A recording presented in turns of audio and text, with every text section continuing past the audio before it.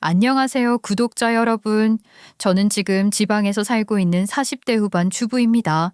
제 삶이란 언제 돌이켜봐도 힘듦의 연속이었던 것 같습니다. 아마 제가 자서전을 하나 쓴다면 책 12권을 엮을 수 있을 정도로 저의 삶이 어렵고 복잡했다고 생각합니다. 물론 여기에 자기 인생에 어려움이 없었던 분들이 어디 있겠나요? 다 같이 이야기를 나누며 조금이라도 마음의 짐을 덜고자 찾아오는 곳이라 생각해서 저도 이렇게 사연을 끼적입니다. 여러분은 언젠가 한번 단단히 사고를 칠 거라고 생각했던 남편이 정말로 대단한 뒤통수를 쳤다면 어떠실 것 같으세요? 미리 예상을 어느 정도 했기 때문에 충격이 덜 하실 것 같으신가요? 저는 그 상황에 딱 맞닥뜨렸을 때 예상을 했음에도 불구하고 많은 충격을 받게 되었습니다. 상상과 현실의 차이가 확실하게 느껴지더라고요. 저에게 무슨 일이 있었는지 지금부터 이야기를 시작해 보겠습니다. 저는 어릴 때부터 부모님께 많은 구박을 받으면서 살아왔습니다. 딸 부잣집의 넷째 딸, 위로 언니 3명, 그리고 밑으로 남동생 1명, 언니 둘은 이미 진즉에 취직을 해서 가족들과 인연을 끊었고, 셋째 언니는 예쁜 얼굴을 가지고 태어나 동네 유지집에 시집을 가서 팔자가 피었으며, 막내 아들은 말 안 해도 아시겠죠? 그 막내 아들을 낳기 위해서 줄줄이 딸을 낳았다고 말을 해도 과언이 아닌 만큼 막내 아들에 대한 사람은 어마어마했습니다.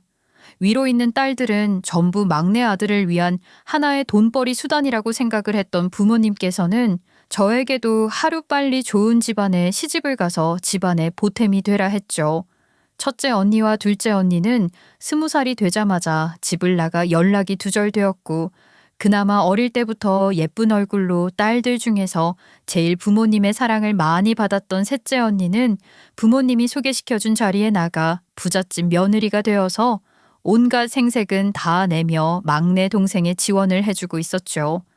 저는 그렇게 예쁜 얼굴도 아니었고 더군다나 잘하는 것이 있는 것도 아니었습니다. 어릴 때부터 남자로 태어났어야지 여자로 태어났냐는 구박을 받으며 자라왔기 때문에 참으로 소심했고 제 주장 하나 제대로 말하지 못하는 바보 멍청이였습니다. 어릴 때부터 제 별명은 답답이었어요. 꾸중을 들어도 혹은 칭찬을 들어도 반응을 한 템포 늦게 했기 때문에 답답하다고 해서 답답이었습니다. 이러한 성격을 가지게 된 것에는 부모님의 영향이 많이 컸죠. 어릴 때부터 돈 되는 것만 시키고 싶어 하셨고 뭐든지 빠르게 적응을 해야 한다고 하셨던 부모님이셨기 때문에 저의 이 느린 습성을 견뎌내질 못하셨어요. 사람들은 저에게 늘 손해를 보고 산다고 말을 했지만 저는 딱 이 무난한 성격이 마음에 들었어요. 사회생활을 하다 보니까 느껴지는 게 있더라고요. 가만히 있으면 중간은 간다는 말이요. 제가 한 템포 느린 것에 대해 답답해하는 사람들도 있긴 했지만 신중한 성격이라고 생각을 해주는 사람들도 있었거든요. 저는 고등학교를 졸업하자마자 바로 취업을 했고 작은 사무실에서 소일거리를 하며 손님들이 오시면 커피를 내오는 격리 일을 맡게 되었습니다. 사실 격리가 하는 일이 많은데 저희 회사에서는 사무실의 일보다는 관리 일이 더 많았던 것 같아요. 커피를 타온다거나 아니면 복사를 한다거나 청소를 한다거나 하는 일 말이죠. 하지만 저는 이렇게 남들이 시키는 일을 하는 게 마음에 들었고 남들과 부딪히지 않고 혼자서 뭔가를 끊임없이 하는 게 재미있었어요. 집에서 너무 치이고 사니까 밖에서라도 혼자서 뭘 할 시간이 필요하다고 생각하게 되었죠. 그렇게 4년이라는 시간 동안 월급을 받으면 동생 뒷바라지를 해야 한다고 쏟아부었습니다. 저에게 돌아오는 돈은 한 달 용돈이 전부였어요. 그것도 사실 가끔 커피를 사 마신다던가 아니면 차비를 쓴다던가 할 정도밖에 되지 않는 돈이라서 늘 돈이 없는 상태로 다녀야 했죠. 그러던 도중 아버지께서 저에게 혼처 자리를 마련해 왔다면서 선자리를 주선해 주셨습니다. 반항 한번 하지 못하고 그 선자리에 나가게 되었는데 정말 너무 당황스러운 광경을 목격하게 된 것입니다. 선자리에 먼저 나가서 기다리고 있는데 웬 남자 하나가 중년 여성과 함께 휠체어를 타고 오더니만 제 앞자리에 떡하니 앉는 거죠. 저 자리를 잘못 찾아오신 것 같은데요? 아가씨가 김말숙 아니야? 내가 오늘 선자리에 나올 이진호 엄마야. 여기 얘가 이진호고. 뇌성마비가 있는 건지 저와 시선 한번 제대로 맞추지 못한 남자가 어찌할 줄 모르고 중년 여성의 어깨에 기대서 저를 힐끔 쳐다보는데 사실 장애가 죄는 아니라고 하지만 그 자리에서 저는 기분이 너무나도 상하고 말았습니다. 친정 부모님께서 저에게 꼭 나가야 하는 선자리라고 신신당부를 하셨었거든요. 설마 했는데 셋째 언니처럼 부잣집까지는 기대도 안 했었지만 장애가 있는 사람에게 저를 붙여줄 거란 생각은 전혀 하지 못했습니다. 그게 바로 제 인생의 첫 번째 시련이었다고 말을 해도 과언이 아니었습니다. 어떻게 해야 서로 상처를 받지 않고 자리를 마무리 지을 수 있을까 고민을 했지만 이진호 씨의 어머니라는 분은 이미 저와 결혼까지 결정을 내려두고 자리에 오신 것 같았어요. 날은 언제가 좋겠냐. 집은 진호 씨에게 장애가 있으니 합가를 해서 살아야 할 것 같다 하는 식으로 말을 하시는데 이러다가 완전히 낚이겠구나 싶었습니다. 제가 정확하게 의사를 전달하지 않는 이상 벗어날 수 없을 것 같은 느낌이었죠. 저 솔직하게 말씀드리면 저는 아직 결혼을 할 준비가 되지 않은 것 같아요. 평생 병수발을 들면서 살 자신도 없고요. 아니, 그 말이 다르잖아. 아가씨 어쩌려고 지금 우리 아들한테 결혼을 할 생각이 없다고 말을 하는 거야. 내가 이 사실을 기분 나쁘게 여기고 아가씨네 부모님한테 이야기라도 하면 아가씨 오늘 저녁에 편안하게 잠이나 잘 수 있을 것 같아. 내가 그 집안 사정이 어떤지 뻔히 아는데. 제가 주눅이 들어 아무런 말도 하지 못하고 있는데 갑자기 옆에 앉아있던 웬 젊은 남자가 끼어드는 게 아니겠습니까? 아이 거참 아줌마 양심도 없고 시끄러워 죽겠네. 아니 장애가 있는 아들놈 짝 지어주겠다고 어디 형편 어려운 여자한테 집안 사정 운운하면서 말을 하고 그래. 아줌마 양아치야? 아니, 그쪽은 뭔데 끼어들어요? 이거는 우리 사정이지 그쪽 사정이 아니라고. 어디 이야기를 하는데 끼어들어? 아줌마가 너무 양심 없이 굴잖아. 딱 봐도 엄청나게 어린 아가씨 같은데. 어디 뇌성마비 환자를 들이밀어. 아줌마 무슨 포주야? 내가 이거 경찰에 신고라도 해. 인신매매랑 뭐가 다르다고? 헤라이 아가씨 거기서 그러고 있지 말고 일어나서 나와. 지금 아니면 못 도망친다. 그 남자가 저에게 손을 내미는데 그 손이 그렇게 듬직해 보일 수가 없는 겁니다. 말을 하는 투나 차림새나 껄렁거리는데 질이 좋아 보이는 사람은 아니었지만 저를 이 시궁창에서 구해줄 수 있는 사람이라는 생각은 지울 수가 없었어요. 저는 그 손을 잡고 커피숍을 나왔고 뒤에서 고래고래 소리를 지르며 저희 부모님께 다 말을 하겠다는 그 중년 여성의 말을 무시하느라 힘들었습니다. 그렇게 질러서 나오고 나니까 뒤에 일이 걱정이 되더라고요. 집에 돌아가고 나면 분명히 부모님께서 난리를 치실 텐데 이걸 어떻게 헤쳐나가야 하나 걱정이 많았죠. 제가 사색이 되어서 아무런 말도 못하고 벌벌 떨고 있으니까 그 남자가 저에게 집에 같이 가자고 말을 하는 게 아니겠습니까? 저는 너무 당황스러웠습니다. 그렇게 저희 집에 같이 간 남자는 이미 연락을 받은 건지 열이 받아서 쌀이 빗자루를 들고 달려오는 저희 부모님을 탁 막아주었어요. 아이 참 부모라는 사람들이 너무하네. 일단 흥분 좀 가라앉히고 이야기 좀 합시다. 네? 아니 인연이 내가 그 자리가 얼마나 중요한 자리라고 그렇게 말을 했는데 어디서 말도 안 되는 양아치 한 놈을 데려다가 일을 그르쳐. 너 그 집안 재산이 얼마나 되는 줄 알아? 뇌성마비 걸려서 언제 죽을지도 모르는 인간 옆에서 병간호만 해도 떨어지는 돈이 얼만데. 얼만데요? 재산이 얼마고 떨어지는 돈이 얼마나 된다고? 자기 딸을 사죄에 매달아. 됐고 그 돈이 얼만지는 모르겠지만 저도 섭섭치 않게 들고 있으니까 그럴 바에야 제가 데리고 가겠습니다. 아니 너는 뭔데 키도 작고 남자 구실도 못하게 생겼구만. 어디서 큰 소리야? 작은 고추가 맵다는 말도 모르십니까? 제가 비록 키는 가족력 때문에 작다고 쳐도 이 깡 하나는 끝내줍니다. 이거 제 명함입니다. 그렇게 저희 아버지께 내민 명함에는 건설부자재 업체명과 부사장이라는 직함이 찍혀 있었습니다. 친정 부모님께서는 그 부사장이라는 직함에 눈을 가늘게 뜨고 누가 봐도 양아치 같은 남자의 모습을 찬찬히 뜯어보았지요. 그제서야 그 남자 손목에 보이는 아주 비싼 시계가 눈에 딱 들어오는 겁니다. 남자는 당당하게 저를 데리고 가겠다고 말을 했고 친정 부모님은 더 볼 것도 없다고 데려가고 싶으면 결혼을 하라고 엄포를 놓으셨고 그 남자는 대뜸 결혼을 하겠다고 말을 했습니다. 저는 영문을 모르는 상황이 되어버렸죠. 저는 제 의사와는 상관없이 남편과 친정 부모님의 몇 마디 대화만으로 결혼이 결정되게 되었습니다. 물론 뇌성마비를 앓고 있던 환자보다야 남편이 훨씬 더 인간답긴 했지만 남편은 그렇게 좋은 사람처럼 보이지 않았어요. 껄렁껄렁함이 늘 몸에 배어 있었고 말을 몇 마디 나눠본 건 아니지만 말투에서부터 특유의 싸구려 느낌이 물씬 났죠. 늘 입에 껌을 달고 살았고 키는 크지 않았지만 뼈대가 탄탄해서 몸집은 좀 있어 보이는 듯한 사람이었습니다. 저는 제가 제 발로 부모님을 벗어나 또 다른 지옥으로 빠지게 되는 것은 아닌지 심히 걱정스러웠어요. 그런데 저에게도 은인이라는 게 존재하는 법이라고 뭐 하나 도움이 안 되는 사람들 속에서 한 줄기 빛이 있었으니 그건 바로 저희 시아버지였습니다. 시어머니가 돌아가신 이후에 시아버지 홀로 외동아들인 남편을 키우셨대요. 처음에는 현장 잡부일을 하면서 기초를 쌓으셨고 인맥을 늘려가며 건축물의 부자재를 관리하고 수입하는 사람들이랑 말문을 열게 되셨대요. 건축붐이 일어나면서 이게 돈이 된다는 사실을 깨달으신 시아버지께서는 그때부터 남들보다 한 수 빠르게 건축물 부자재 납품을 시작하면서 돈을 벌게 되신 거죠. 그렇게 쌓은 부로 건축 부자재 전문 회사를 운영하시게 되었고 더 나아가 건물도 여러 채 가지신 부자가 되신 겁니다. 남편은 학창 시절부터 문제가 좀 있었대요.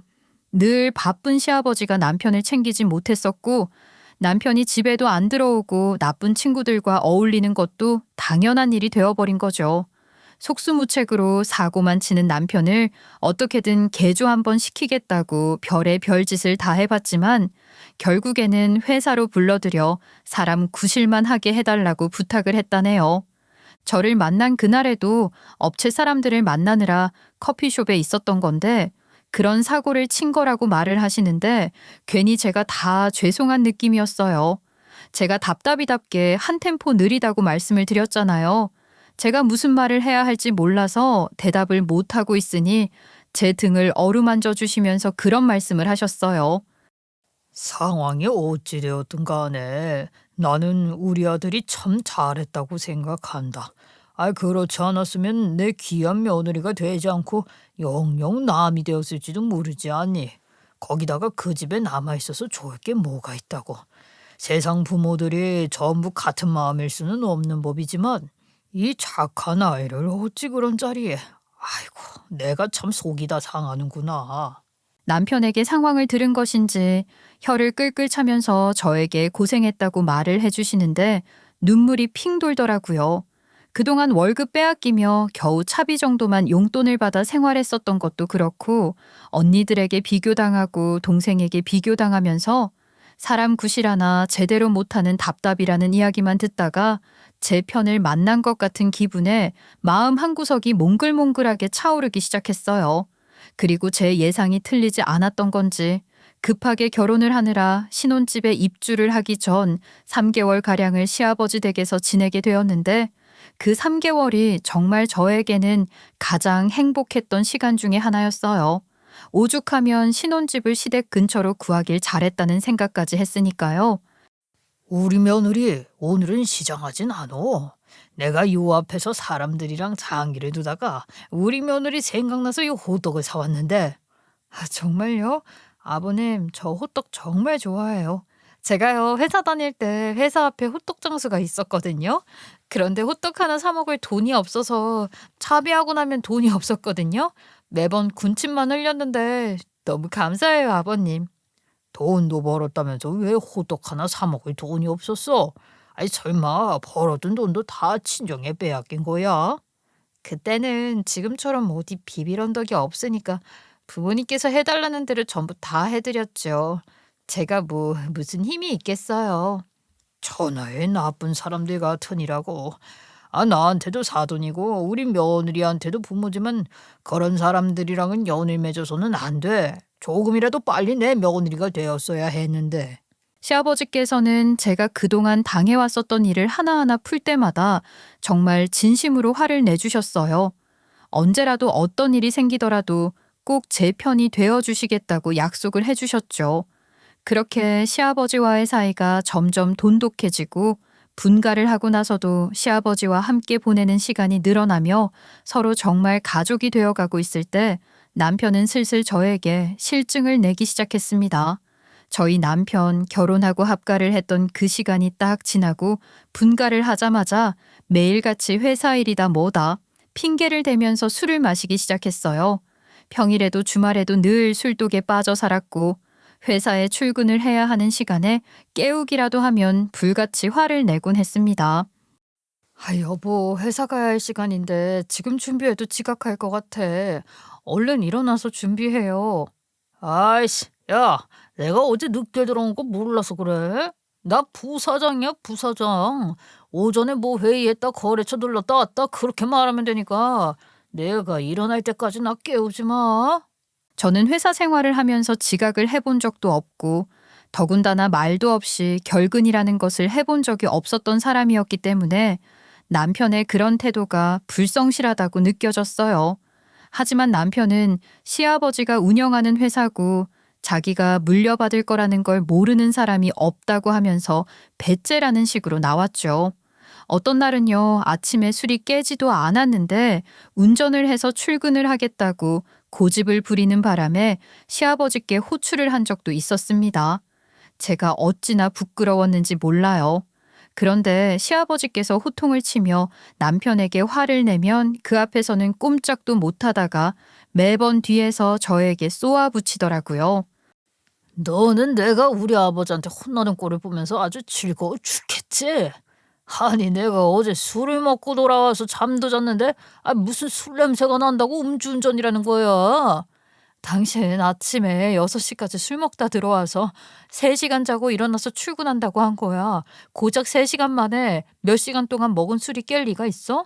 그러다가 사고 나면 당신이 전부 잘못한 거라고. 아니 내가 사고를 안 내면 그만인 거 아니야. 내가 뭐 큰 사고라도 친 사람처럼 바가지 박박 긁어대고 자꾸 우리 아버지한테 호출하는데 이러면 너도 국물도 없어. 남편은 제가 일름보쟁이라면서 저에게 핀잔을 주었어요. 하지만 저는 그럼에도 불구하고 남편이 제발 정신을 차리길 바라고 있었죠. 저는 이 결혼을 후회할 수 없는 사람이었습니다. 남편네 집안이 번듯한 사업체를 운영하고 건물을 몇 개 가지고 있다는 사실을 알게 된 친정 부모님께서 남편에게 돈을 내놓으라고 말을 했었고 남편이 매달 생활비를 보내고 있다는 사실을 알고 있었거든요. 친정 부모님께서 저에게 지나가는 말로 내 남편이 주는 돈으로 하는 말을 들은 적이 있었어요. 남편이 저에게 극진히 잘해주는 게 아니었기 때문에 생색이라도 한 번 더 낼까봐 알고 있는 티를 내진 않았지만 매달 빠짐없이 친정에 돈을 보내주고 있는 남편에게 고마운 마음이 조금은 있는 게 당연했죠. 제가 그 덕에 친정을 탈출할 수 있었던 것이니까요. 그런데 그 진실을 알게 되기까지 얼마 걸리지 않았죠. 예, 너는 어찌 된 게 시집 가고 나서 친정에 한 번을 안 오니? 너네 셋째 언니는 말이다. 달이면 달마다 사위랑 같이 찾아와서는 선물이랑 돈이랑 하나름씩 주고 가는데 너는 어찌 된 게 멀리 사는 것도 아니고 차로 고작 40분 거리면서 얼굴을 안 비춰. 네가 집 나간 첫째 둘째랑 다른 게 뭐냐? 그래도 우리 남편이 매달 돈을 보내주고 있잖아요. 그이가 바빠서 갈 시간이 안 돼서 그래요. 그래? 우리 사위가 바쁘다면 뭐 어쩔 수 없지. 그런데 이번에는 이름이 좀 이상하게 입금이 됐던데. 네 시아버지 같던데. 김철용, 네 시아버지 이름 아니냐? 우리 사위 이름은 김지훈이잖아. 아니 그거 우리 시아버지 성함 맞는데? 왜 아버님이 보내셨지? 제가 한번 연락드려 볼게요. 그렇게 알게 된 진실이 바로 그동안 남편이 친정을 챙기고 있었던 건 줄 알았던 게 전부 시아버지께서 챙겨주고 계셨었다는 것이었습니다. 매달 친정에 돈을 보내주신 것도 시아버지였고 철마다 남편의 이름으로 영양제나 사내 진미를 챙겨주셨던 것도 전부 시아버지께서 해온 행동이라는 것을 알게 된 것이었어요. 시아버지께서 멋쩍어 하시면서 그렇게 해주지 않았다면 제가 더 귀찮고 힘들었을 거라고, 돈은 얼마든지 있으니 걱정하지 말라고 말을 해주시는데 눈물이 핑 돌더라고요. 너무나도 죄송해서요.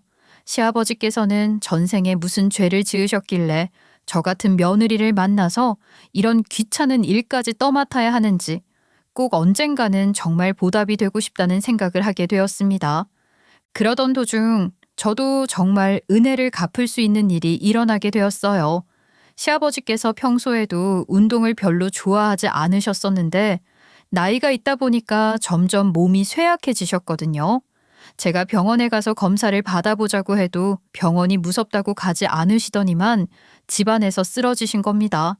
그날 제가 정말 우연히도 길에 가다가 호떡 장수를 발견하고 시아버지와 호떡이나 하나씩 나눠 먹을 생각으로 사서 시아버지 댁으로 가고 있었던 길이었어요. 아무리 벨을 눌러도 전화를 걸어도 받지 않는 게 이상해서 비밀번호를 누르고 들어갔더니만 거실에 시아버지께서 쓰러져 계신 게 아니겠습니까? 정말 깜짝 놀랐죠. 제가 정신머리가 없어서 응급처치를 어떻게 해야 하는지도 전혀 몰랐어요. 119에 신고를 해야 한다는 생각조차 안 들더라고요. 사람이 너무 놀라니까 손이 덜덜 떨리고 머리속이 새하얗게 변하는데 시아버지가 숨은 쉬는지 확인조차 하지 않고 일단 쓰러져 계신 시아버지를 들쳐 업었죠. 저한테서 어찌 그런 힘이 나왔는지 모르겠더라니까요. 무작정 업고 아파트 단지를 가로질러 나가는데 주변 사람들이 웬 여자가 늙은 노인을 업고 발을 동동 구르고 있으니까 너도 나도 와서 도와주시더라고요. 정말 덕분에 병원까지 무사히 도착을 할 수 있었고 뇌 혈관이 좁아져서 혈류가 제대로 흐르지 못해서 쓰러지신 거라는 결과를 받게 되었죠. 급하게 시술을 하고 회복을 하시는 동안 제가 휴대폰도 챙기지 못했다는 것을 알게 되었어요. 무작정 병원에 있는 사람에게 전화 한 통화만 쓰게 해달라고 부탁을 드렸습니다. 여보, 나 지금 병원이야. 아버님이 쓰러지셔서 내가 병원까지 모시고 왔어. 그래서 말인데 우리 애들 이제 하원할 시간이거든? 당신이 좀 가줄 수 있어? 애들 하원을 왜 나한테 시켜? 아니 아버지 정신 차리셨어? 뇌혈관이 좁아들어서 생긴 문제래. 지금 시술 마치고 아직 회복실에 계셔. 아니 근데 보호자 하나는 있어야 할 거 아니야.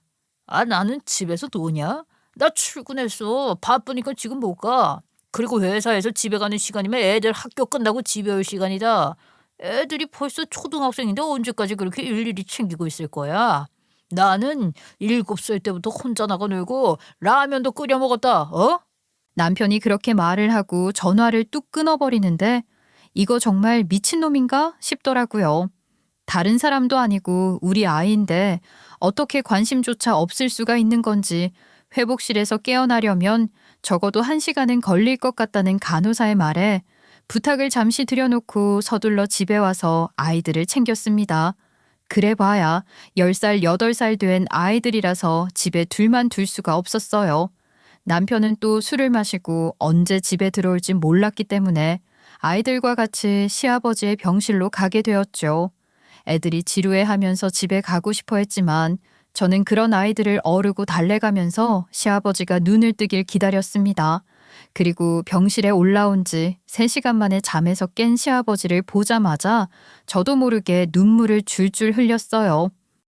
아버님, 그래서 제가 미리미리 병원이랑 친해져야 한다고 말씀드렸었잖아요. 어떻게 몸이 이렇게 될 때까지 한 번을 안 돌보실 수가 있어요. 매달 저희 친정에 돈 보내는 것처럼 아버님도 건강관리 하시라고요. 이 집안에서 유일하게 제 편을 들어주시는 게 아버님인데 아버님이 떠나면 저 어떻게 살아요? 아이고 골 아파 죽겠으니까 소리 좀 그만 질러라. 아이 그래 내가 잘못했다 그래. 앞으로는 병원 꼬박꼬박 다니면서 한번 관리 잘해 엄마. 아이 왜 울고 그래? 저는 정말 목 놓아 울었고 그때 결심을 하게 되었습니다. 시아버지께서 언제 또 이런 사고가 생길지 모르니까 아버님과 함께 살아야겠다고 결심을 하게 된 거죠. 남편에게도 말을 했더니 남편놈 처음에는 대꾸도 없다가 저에게 마음대로 하라고 하더라고요. 어차피 본인은 집에 있는 시간이 별로 안 되니까 상관없다면서요.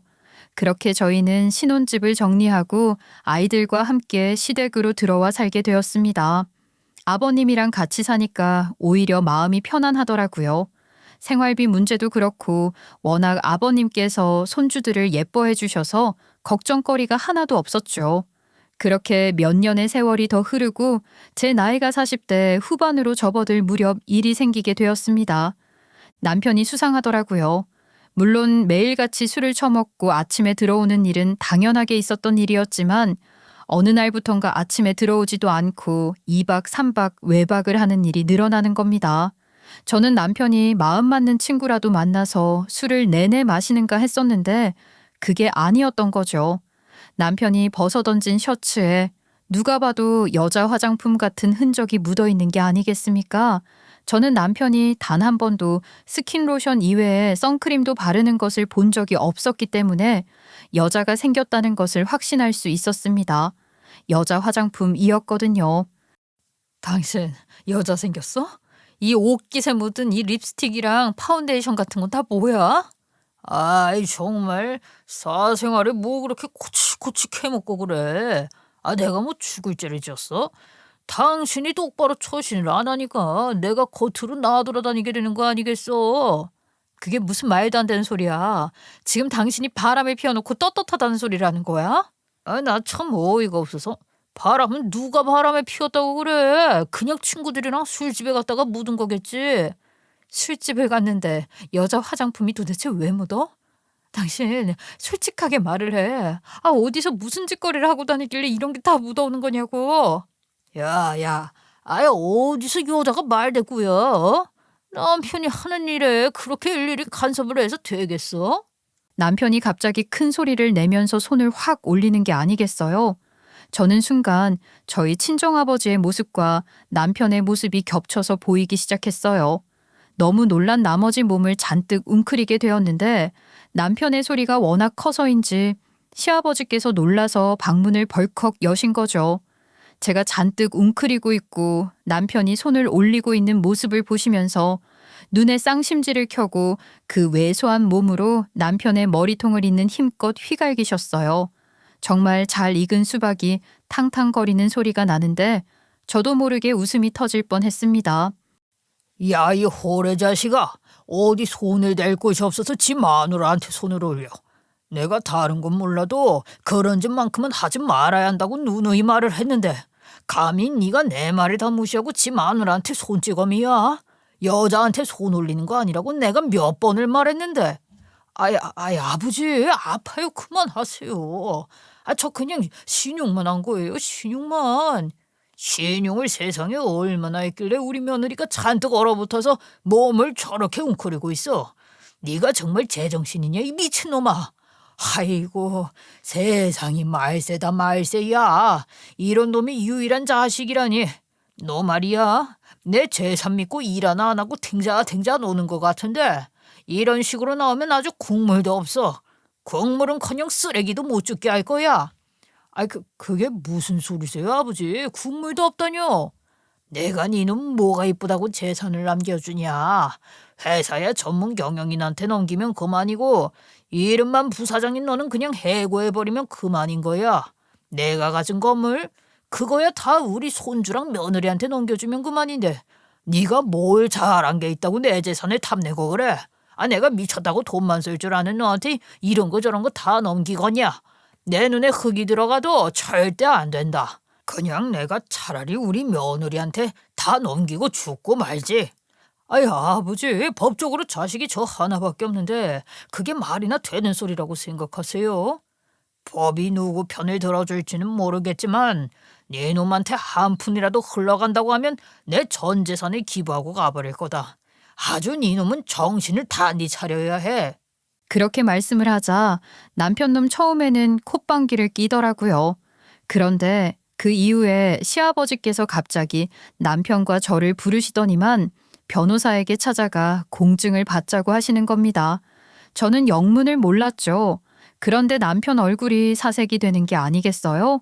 그러니까 정말로 남편놈에게는 재산을 한 푼도 못 주겠다. 만약 아들놈에게 재산이 흘러갈 시 전 재산을 사회에 기부하겠다는 유언장을 쓰시겠다고 변호사 사무실에 가자고 난리를 치신 거죠. 남편놈 그 자리에서 바로 무릎을 꿇더라고요. 아버지, 제가 잘못했습니다. 그동안 와이프랑 결혼 생활하면서 잘해준 것도 없고 애들한테 애들 아빠의 모습도 제대로 못 보여준 것 같은데 저 이제 정말 정신 차리고 똑바로 살게요. 그러니까 아버지께서 저에게 딱 한 번만 기회를 주셨으면 좋겠습니다. 아버지께서 일군에서 남이 운영하는 꼴 절대로 못 봐요. 제가 잘할게요. 그러니까 저에게 마지막 기회를 주세요. 이렇게 부탁드립니다. 남편이 무릎까지 꿇고 진심으로 빌고 있으니까 시아버지께서도 한 번쯤은 기회를 주고 싶으셨나 봐요. 저도 남편이 달라지면 얼마나 달라지겠냐 싶긴 했지만 정말 진심으로 비는 것 같아서 한 번쯤은 기회를 줘도 되겠다 싶었죠. 그런데 정말 그 이후로 남편놈이 달라지기 시작한 겁니다. 술도 딱 끊어버리고 정말 아침에 회사로 출근을 해서 퇴근하자마자 집으로 오는 바른 생활을 시작한 겁니다. 물론 일주일에 한두 번 야근을 해야 해서 늦게 들어오는 날이 있긴 했지만 술 냄새가 전혀 나지 않았어요. 주말이 되면 아이들이랑 같이 시간을 보내기도 하고 다 커버린 애들에게 용돈도 팍팍 주고 정말 아버지의 모습을 보여주는데 애들도 아빠가 웬일이야? 하는 눈초리를 하더라고요. 사람이 충격을 받으면 변하는 법이라고 정말 시아버지의 충격요법이 제대로 통했구나 싶었습니다. 사람이 갑자기 변해버리면 죽을 때가 된 거라고 하던데 저는 정말 남편의 그런 변화가 너무나도 고마웠어요. 사람이 성실해져서 그런 건지 껄렁껄렁 하던 모습도 온데간데 없고 인상까지 바뀐 것 같다는 착각이 들더라니까요. 저는 정말 하늘에 계신 모든 신께 감사 인사를 드렸습니다. 남편과 결혼을 한 지도 20년이 되었고 애들도 고등학생인데 조금 늦은 감이 없진 않지만 지금이라도 정신을 차렸다는 게 얼마나 감사한 일이던지요. 저는 그렇게 남편의 사회생활을 응원했습니다. 하지만 그렇게 남편이 정신을 차렸다고 해서 제 인생에 꽃길만 가득한 건 아니었어요. 항상 악재는 쭉 따라오는 법 아니겠습니까? 저희 친정이 문제였지요. 매달 시아버지께서 돈을 보내주고 계셨지만 저희 막내 동생이 정신을 못 차린 거죠.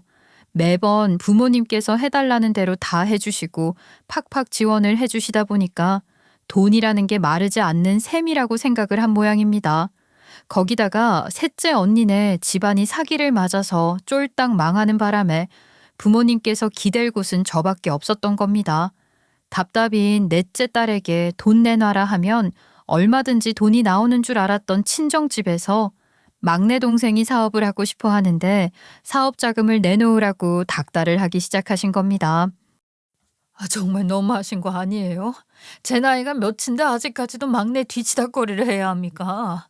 엄마, 아빠, 제발 정신 차리세요. 여태까지 막내가 해먹은 돈이 얼만데. 너 지금 천륜을 벌이겠다는 거야? 이번에야말로 우리 아들이 대단한 사업을 구상했다고 하더라. 이거 한탕만 잘하면 뭐가 되든지 간에 떼부자가 되는 거야. 그렇게 말아먹은 돈이 얼만데요. 저도 더 이상은 못 드려요. 안 돼요. 여태까지 우리 아버님께 얼마나 죄송한 일만 가득했는데. 뭐야? 아이고, 너 지금 시댁만 챙기고 친정은 나 몰라라 하겠다는 거야? 여태까지 너 키워준 값이 얼만데 그래? 얼만데요. 갚아도 진지게 다 갚았지. 엄마가 나한테 학원에 보내주기를 했어. 도시락을 정성스럽게 싸주기를 했어. 교복도 언니들 거 맞지도 않은 거 물려받고 고등학교 졸업하자마자 취직시켜서는 벌어오던 돈 다 털어가고 거기다가 그것뿐이에요? 장애가 있는 남자한테 시집까지 보내려고 하고 우리 아버님한테 매달 돈 받아간 게 20년이야 20년. 내가 갚아도 진지게 다 갚았지 뭘 그래? 뭐가 어쩌고 어째? 아이고, 자식 새끼 키워봐야 소용은 없다. 어떻게 지 어미도 몰라보고? 아유, 내가 접시물에 코를 박고 학축 던져야지. 앓는 소리를 내면서 우당탕탕 하는 소리가 들려오는데 전화를 뚝 끊어버렸습니다. 정말 두 번 다시는 듣고 싶지 않은 말들이었어요. 그렇게 친정집에서 걸려오는 전화부터 모든 연락을 받지 않고 무시를 했는데 막내 동생에서 다급하게 메시지가 날아오더라고요. 친정엄마가 쓰러졌다는 이야기를 하는 겁니다. 놀란 마음에 시아버지께 양해를 구하고 남편에게도 말을 하고선 친정에 갔죠. 그런데 쓰러지긴 개뿔, 저를 불러내기 위한 거짓말이었던 겁니다. 멀쩡하게 앉아서는 돈을 내놓지 않기 전엔 절대로 못 보내준다고 으름장을 놓는데 정말 다 뿌리치고 가려고 했더니만 친정엄마가 돈 준다는 약속이라도 하라면서 바짓가랑이를 붙들고 늘어지더라고요. 한 발짝도 못 나간다고 하는데 꼼짝없이 거기 붙들려 있어야 했죠. 저는 돈을 못 준다. 친정은 돈 내놔라. 숨막히는 싸움을 하고 있는데 어쩜 이렇게 사건이라는 게 터지려면 한 방에 터지는 걸까요? 남편에게서 전화가 걸려왔습니다. 여보, 나 지금 친정집에서 못 나가고 있어. 엄마가 돈을 안 주면 안 보내준다고. 나 좀 구하러 와줄 수 있어? 여보, 여보 큰일 났어. 아버지께서 당신이 하도 안 돌아오는 게 이상하다고. 무슨 일이라도 생긴 거 아니냐고 마중을 나간다고 가시다가 계단에서 굴러 떨어지셨어. 여기 조명이 나간 걸 깜빡하고 고쳐야 한다고 생각만 했었는데 계단이 어두워서 잘 안 보였나 봐. 헛디뎌서 넘어지셨다고. 뭐라고? 아니, 그럼 아버님 지금 어디에 있는데? 병원이야? 아버님 머리 수술하셨던 이력이 있어서 조심해야 하는데. 지금 병원이야. 빨리 병원으로 와줘. 저는 돈을 내놓으라고 난리를 치는 친정 식구들에게 사람답게 살으라고 호통을 치고서는 친정을 달려 나왔습니다. 택시도 지나다니지 않아서 큰 길거리까지 달려나가서는 겨우겨우 택시를 잡고 병원으로 향하게 되었죠. 입원 수속을 이미 마친 건지 시아버지의 병실을 안내받아서 갔더니만 남편이 피곤해 죽겠다는 얼굴을 하고 지키고 있더라고요. 예전 같았으면 병원이고 나발이고 계단에서 구른 시아버지도 발견하지 못했을 텐데 정말 남편이 변한 것에 고마운 감정이 들었어요. 피곤해하는 남편에게 집에 가서 쉬라는 말을 하고서는 제가 병실을 지키겠다고 하니 남편이 고개를 절레절레 젓더라고요. 아니야, 내가 오늘은 있어 볼게. 그래도 내가 우리 아버지께 효도 한번 제대로 못했던 것 같은데 내가 지킬 수 있게 해줘. 그 말에 저는 알겠다고 대답을 하고 집으로 돌아왔습니다. 그렇게 3일이라는 시간이 흐르고 제가 병원에 가기만 하면 남편은 지키고 있을 필요가 없다면서 본인이 지키고 있겠다고 저에게 가보라고 말을 하더라고요. 남편이 철이 들었다는 것에 감사했지만 은근히 수상한 면이 있었어요. 3일을 밤낮으로 병원에 있었으니까 사람이 꼬질꼬질 해야 하는 게 정상이잖아요. 병원에 물론 씻을 수 있는 시설도 있고 편의점에서 생필품도 판다고 하지만 남편의 행사액이 이렇게까지 멀끔한 게 맞나 싶었거든요. 저에게 옷을 가져달라고 한 적도 없었는데 말이죠. 그러니까 조금 이상하대요. 그래서 저는 남편이 정말 병실을 잘 지키고 있는 게 맞는지 궁금해서 저녁에 몰래 병원에 찾아가게 되었습니다. 아니나 다를까 병실에는 아무도 없더라고요. 기가 막혔습니다. 이 인간이 어디를 갔나 싶어서 전화도 걸어보고 했지만 연락을 받지 않더라고요.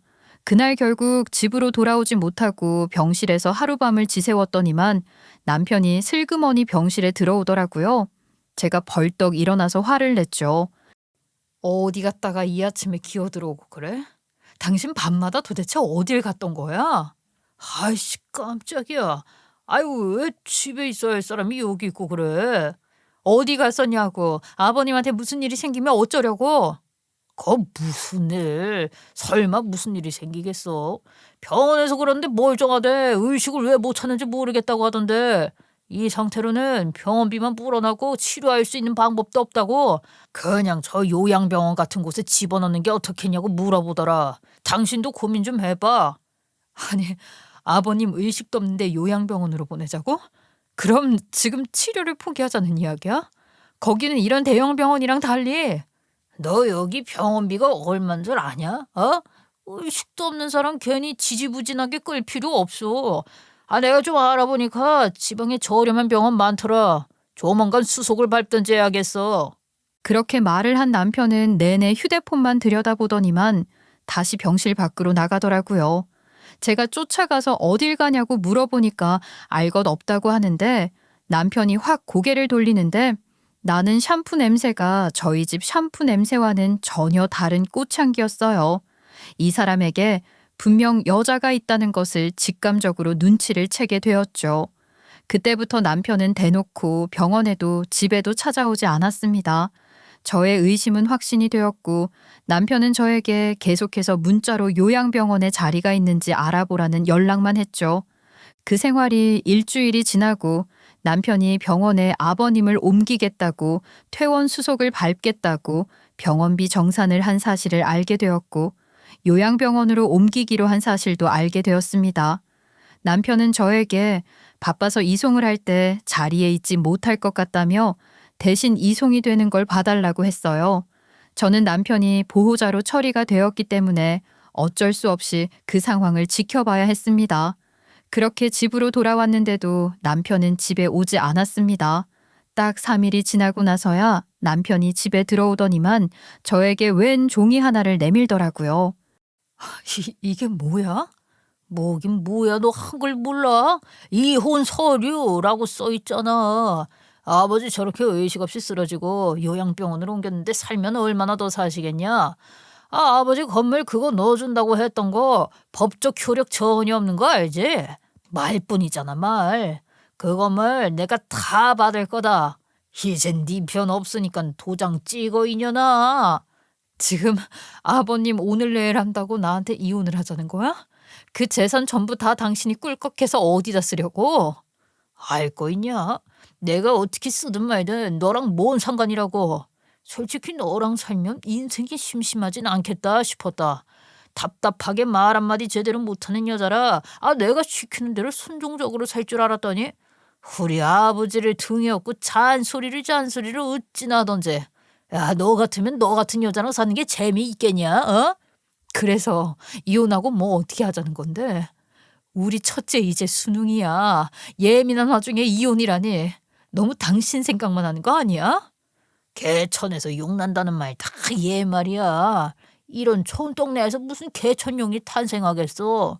그리고 말이야, 나도 이제 반백살이다. 50년 세월 꽉꽉 틀어막고 살았으니까 남은 인생은 나도 내가 하고 싶은 거 다 하면서 살겠다, 이 말이야. 그래야 재밌지 않겠어? 너도 내가 여자 있는 거 알고 있었잖아. 그 여자랑 정리했던 거 아니었어? 했겠냐? 아버지가 건물 안 주시겠다고 말을 하는데 한 척한 거지. 근데 더 이상은 내가 숨길 수가 없게 됐네. 내 여자가 글쎄 임신을 했다네. 내 나이가 50인데 늦둥이 보게 생겼다고. 당신 정말 미쳤어? 아니 어떻게 미쳐도 단단히 미쳤지? 그 나이에 애를 낳아서 키우겠다고? 아니 그게 말이나 되는 소리야? 띠동갑 차이 나는 여자가 살랑살랑 꼬리를 흔드는데 거기 안 넘어갈 사람이 어딨어? 한 그러냐? 참 우리 아버지도 말이야. 그냥 곱게 나한테 건물 넘겼으면 이런 일을 당할 일도 없었을 텐데 말이야. 그게 지금 무슨 소리야? 아버님이 다친 거 혹시 당신이 벌인 일이야? 그참 왜 세상 사람을 자꾸 그래. 사고였어, 사고. 아버지가 당신 안 오는 게 이상하다고 마중을 나가야겠다고 그 답답한 소리를 좀 하시잖아. 그래서 다 큰 성인이 좀 늦을 수도 있지. 바람이라도 피우나 봐. 그 한마디 했다고 내 멱살을 잡으시려고 하지 뭐야. 나한테 당신이 나 같은 줄 알겠냐고 막말을 퍼부으시더라고. 좀 욱했지 나도. 건물도 죽어도 안 주겠다. 회사도 전문 경영인에게 넘기겠다. 내 누구 때문에 죽어라고 바른 생활을 했는데 나한테 그런 말을 하실 수가 있냐고. 설마 그래서 아버님을 위험하게 하려고 뭐 계단에서 밀기라도 했다는 거야? 아이씨, 내가 아무리 미쳤어도 그런 짓은 안 하지. 게다가 나 이제 늦둥이 아빠 될 건데 사고 쳐서 깜빵이라도 갔다가는 큰일이지 않겠냐? 그냥 대화 좀 하려고 했을 뿐이야. 좋게 하려고 했다고. 내가 아버지보다 등치가 큰 걸 어떡해. 야, 아버지가 헐레벌떡 나가려고 하길래 계단에서 얘기 좀 하자. 건물이랑 회사랑 나 준다고 약속해라. 조금 겁주려고 했던 것뿐이라고. 겁이라고? 당신이 자꾸 외선 아버님에게 다가가면서 험한 말 섞어서 말을 했겠지. 좋은 말로 할 때 내놔라 껄렁껄렁하게. 그러니까 아버님이 놀라서 계단을 헛디딘 건 아니고? 아이, 내가 위협이 되면 얼마나 되겠냐? 어? 괜히 쫄아가지고 노인의 뒷걸음질 치다가 발 헛디뎌서 넘어진 게 우리 아버지라고. 난 그냥 돈 내놔라. 내 이름으로 바꿔놔라. 조금 큰 소리만 냈을 뿐이라고. 그게 아버님 입장에서는 위협이 되었을 거란 생각은 안 해봤어? 나이가 몇인데 아버님이 당연히 당신한테 쫄아붙을 수밖에 없었겠지. 그래놓고 당신이 아들이야? 그 재산을 받을 자격이 되는 사람이라고 생각해? 정말 웃긴다 웃겨. 당신 이거 천명 결백한 거 아니야. 당신 때문에 아버님이 그런 사고를 당하게 된 거라고. 그래서 뭐 증거 있냐? 증거 있냐고. 내가 그랬다는 증거도 없으면서 어디서 생 사람을 잡아. 지금 우리가 한 대화 그 법적 효력 전혀 없어. 알아? 증거가 없거든. 우리 아버지 저렇게 저 세상 가고 나면 누가 증인이 될 건데. 아예 안 그러냐? 네가 돈 때문에 눈이 멀어서 거짓말 지어내는 거라고 하면 이거 그만이야. 나쁜 새끼. 끝까지 치사하고 치졸한 새끼. 어떻게 다른 사람도 아니고 부모한테 그런 짓을 하고 당당할 수가 있어? 야야, 이제 네 인생에 네 편 들어줄 사람 없어. 얌전히 도장 찍고 이 집에서 꺼져. 거지 같은 니네 부모 옆으로 돌아가든가 아니면 어떻게든 벌어먹고 살던가. 남편이 아주 배꼽을 잡으면서 깔깔거리는 순간 안방문이 턱소리와 함께 열리게 되었습니다. 그리고 남편놈 다리에 힘이 풀린 건지 주저앉고 말더라고요. 안방문을 열고 저승사자 같은 모습으로 나온 건 다름 아닌 시아버지였습니다. 이게 어떻게 된 일이냐고요? 그러니까 사건은 사고가 있던 날로 돌아가야 합니다. 시아버지께서 집으로 돌아오지 않는 제가 걱정이 되어 마중이라도 나가겠다고 급하게 나온 그때 남편이 이때다 싶었던 겁니다. 시아버지를 직접적으로 밀치거나 한 것은 아니었지만 계속해서 압박을 한 거죠. 돈 내놔라. 그 돈 다 들고 가서 뭐 할 거냐 하면서 말입니다. 이놈이 지금 누구한테 자꾸 들이대는 거야. 저리 안 꺼져? 아버지, 제가 아직도 아버지의 매질을 무서워하는 청소년 같습니까? 이제는 제가 손 하나만 써도 아버지 취합합니다. 그동안은 아버지가 재산을 다 틀어주고 있어서 얌전히 참았던 건데 이제 아버지도 연로하시고 사실 유언장이라는 것도 딱히 없는 마당에 이대로 뭔 일이라도 나면 그 재산 다 제 거 되는 거 아닙니까? 이놈이 이거 드디어 미쳤구나. 당장 꺼지지 못해? 나는 우리 며느리한테 다 주고 갈 거야. 유언장을 남기고 갈 거라고. 그럼 유언장을 남길 시간을 드리면 안 되겠네요. 그죠? 그러면서 한 발 한 발 앞으로 시아버지께 다가간 거죠. 겁에 질린 시아버지께서 뒷걸음질을 치시다가 그만 계단에서 굴러떨어지고 만 것입니다. 남편은 그걸 사고로 위장을 한 것이었죠. 계단에 CCTV가 있었던 것도 아니었고 어둑해진 시간이라 목격자가 있었던 것은 더더욱 아니었습니다. 계단 쪽 비상등이 고장난 상태였거든요. 그러니 남편은 완벽한 계획이라고 생각을 하고 병실을 지키고 싶다, 효도하고 싶다고 하면서 아버님은 뒷전으로 나몰라라 하고 내연녀를 만나러 다니고 있었던 겁니다. 그런데 여기서 반전은 시아버지께서 의식을 금방 되찾으셨다는 겁니다. 의식을 찾았으나 남편놈이 또 무슨 짓을 할지 몰라 절대로 눈을 뜨지 않기로 결심을 하셨던 거죠. 그나마 시아버지께서 제일 믿을 수 있는 사람이 저 하나였기 때문에 제가 병실에 찾아올 때까지 그렇게 쭉 기다리고만 계셨던 겁니다. 그래서 병원에서도 이상 징후가 없는데 눈을 뜨지 못한다는 걸 참으로 이상하게 여기고 있었던 거고요. 그래서 더 이상 치료를 할 방법이 없으니까 요양병원으로 옮기라는 말을 하게 된 거죠. 제가 남편이 못 믿어워서 병실에 찾아갔을 때 시아버지께서 제 목소리를 듣고 눈을 벌떡 뜨신 거죠. 그리고는 저에게 그날 있었던 일에 대해서 전부 말씀을 해주셨습니다. 저는 정말 충격을 금치 못했어요. 거기다가 남편에게 내연녀가 있다는 사실까지 알게 되었으니까 더더욱 충격이 찾아오게 된 것이죠. 저는 제가 알고 있는 사실을 시아버지께 이야기를 했고 시아버지 또한 저에게 알고 있는 사실을 전부 말씀해 주셨습니다. 그러니까 퍼즐이 맞춰지는 기분이었어요. 하지만 결정적으로 제일 중요한 것은 CCTV에 증거가 없다는 것이었습니다. 그래서 저희는 요양병원으로 이송이 되는 날을 디데이로 잡았습니다. 남편이 내연녀를 만나느라 바빠서 저에게 요양병원 이송을 맡겼잖아요. 시아버지께서 의식이 있고 더불어 제가 모든 사실을 알고 있다는 것을 모르는 남편은 저에게 모든 걸 맡긴 거죠. 저는 병원에서 요양병원에 이송 차량이 오길 기다렸고 돈 몇 푼을 쥐어주며 다시 돌려보냈습니다. 돌아가는 차의 뒷모습을 찍어 마치 시아버지께서 요양병원으로 이송이 되는 것처럼 남편에게 사진을 전송했죠. 그리고 아버님을 집으로 모셨습니다. 가벼운 뇌진탕 증상 말고는 멀쩡했기 때문에 크게 문제가 될 상황은 없었어요. 그리고 남편이 자백을 하기만을 기다렸습니다. 만약 남편이 이혼 서류를 먼저 건네주지 않았다면 제가 먼저 입을 열었을 거예요. 사실 남편이 아버님에게 해를 가하려 했다는 증거가 없었기 때문에 난감했거든요. 결정적인 증거, 자백을 받아내기 위한 묘수를 넣은 거죠. 저희는 남편이 오기 전에 거실에 아주 작은 카메라를 2개 숨겨놓았습니다. 저는 녹음기도 하나 품에 지니고 있었고요. 남편이 아주 잘 보이는 각도에 일부러 서서 이혼 서류를 받았고 남편이 스스로 자백을 할 때까지 기다렸습니다. 그리고 남편은 자백을 해버린 거죠. 증거를 다 모으자마자 시아버지께서 안방에서 걸어 나오니 남편이 당연히 저승사자를 본 것처럼 사색이 될 수밖에 없었던 것입니다. 아니, 아버지가 여기를 어떻게... 정신은 언제 차리신 거고 요양병원은 어떻게... 이 천하의 썩을 놈 같으니라고.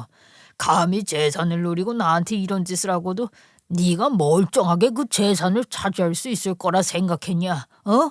너는 이제 끝이야. 내가 다 알아봤다. 너 상속 결격이라는 게 뭔지 알아? 상속 결격이요? 그래 이놈아. 민법에 있는 거다 이놈아.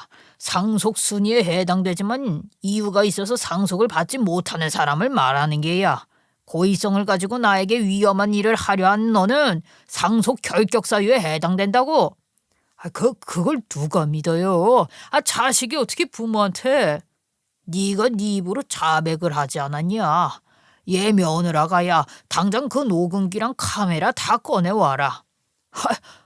아니 그런 짓을 했다고? 2 사람이 나를 속이고 어떡해? 속이긴 누가 속여? 당신이야말로 파렴치한 인간이지. 어떻게 자식이 돼서 이렇게 좋은 아버지를 두고도 복에 겨워 무슨 짓을 한지도 모르는 네가 한심해. 아버님이 내 아버지였으면 나는 평생 감사한 마음으로 효도하면서 살았을 거야.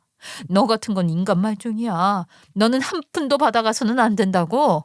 남편은 그제서야 상황을 파악한 건지 무릎을 꿇었습니다. 그러더니 정말 세상에서 가장 찌질한 모습으로 빌기 시작했어요. 잘못했어요. 잘못했습니다. 아버지, 여보, 내가 잘못했어. 재산 없으면 저 못 살아요. 저 할 줄 아는 것도 없고 저 이제 늦둥이도 생긴다고요. 그 여자 내 재산만 보고 나한테 달려준 여잔데 내가 책임져줘야 하는데. 에라이 미친놈아. 네가 책임져야 할 가정이 이렇게나 있는데 한눈을 팔아놓고 책임이라는 소리가 나와? 너는 내 집에서 당장 나가. 네가 내 며느리한테 나가라고 할 게 아니라 네가 나가 이놈아. 너 같은 건 내 자식 아니다. 자식이라고 생각한 적도 없다. 아버지, 유일한 자식인데 저를 내치시면 안 되는 거 아니에요? 자식도 자식다워야 자식이고 부모도 부모다워야 부모인 법이다. 세상에 어쩜 이런 것들이 파렴치하게 뻔뻔하게 살아가는 건지. 나가. 꼴도 보기 싫으니까 나가. 결국 빌다 소용이 없다는 것을 알게 된 남편 놈은 꾸깃하게 구겨진 이혼 서류를 박박 찢으면서 집 밖으로 나섰습니다. 하지만 우리나라에는 소송이라는 제도가 있지 않겠습니까? 저는 이혼 소송을, 시아버지는 상속 결격 사유에 대한 소송을 진행했고 다행히 남편 놈의 자백 영상이 있었기 때문에 모든 일은 일사천리로 흘러가게 되었습니다. 결국 저는 이혼을 했고 시아버지께서는 회사는 전문 경영인에게, 남은 건물들의 일부는 정리를 하셨고 일부는 저와 손주들에게 증여를 해주셨습니다. 정리를 한 건물들에게서 나온 돈으로 세금 처리도 도와주셨고요. 전남편이 되어버린 그놈은 매일 밤 술에 취해서 시댁 앞에 찾아와 살려달라고 문 좀 열어달라고 웁니다. 거짓골을 하고 있는 걸 봐서는 씻지도 못한 사람처럼 하고 다니던데 아마 그 내연녀랑도 헤어졌나 봅니다. 12살 어린 여자라고 하던데 당연히 돈 때문에 만났던 것이겠죠. 빈털터리가 된 아저씨를 왜 만나겠습니까? 저와 시아버지는 첫째 아들이 수능이 끝나면 도시로 이사를 가기로 했습니다. 그동안은 오랜 시간 정을 붙인 동네를 떠날 수 없어서 지키고 살았던 건데 저 반푼이 같은 전남편 놈 때문에 다른 곳에서 새 출발을 하기로 했어요. 저도 친정과의 연을 끊고 시아버지를 제 아버지라 생각하고 모시며 평생을 그렇게 효도하고 살 겁니다. 피가 섞였다고 다 가족인가요? 이렇게 인연이 닿은 것도 하나의 가족이라 생각합니다. 저희 가족 응원해 주셨으면 좋겠습니다. 제각기 이어붙인 티가 나지 않도록 말이죠. 여러분, 제 이야기를 끝까지 들어주셔서 감사합니다.